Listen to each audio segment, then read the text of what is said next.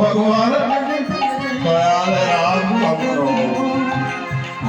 শুনেছি গণ্যতম রামচন্দ্রের হস্তে যে একবার মৃত্যু বহন করে তাহারই জগতি তার নাকি সত্যি হয়, সে নাকি বৈকুণ্ঠবাসী হয়।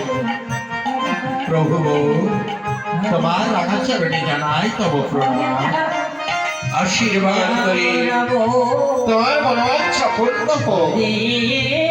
বলো বলো কি চাও? প্রভু চাই তো অনেক কিছু গো প্রভু। জানো প্রভু আজ বড় আশাই বুক বেঁধেছি তোমার কাছে, তুমি যদি কথা দাও তাহলে বলি।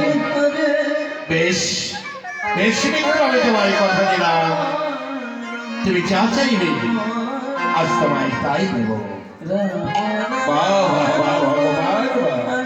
ভগবান তাই যদি হয় তাহলে আমি তোমায় বলি ভগবান শোনো ভগবান, রামর বংশের বংশধর, রামর বংশের বংশধর রণক্ষেত্র প্রান্তরে করিতে রণ তব তোমার শোনে তোমারই করিতে নিধন অশ্ব মহাশত্রু।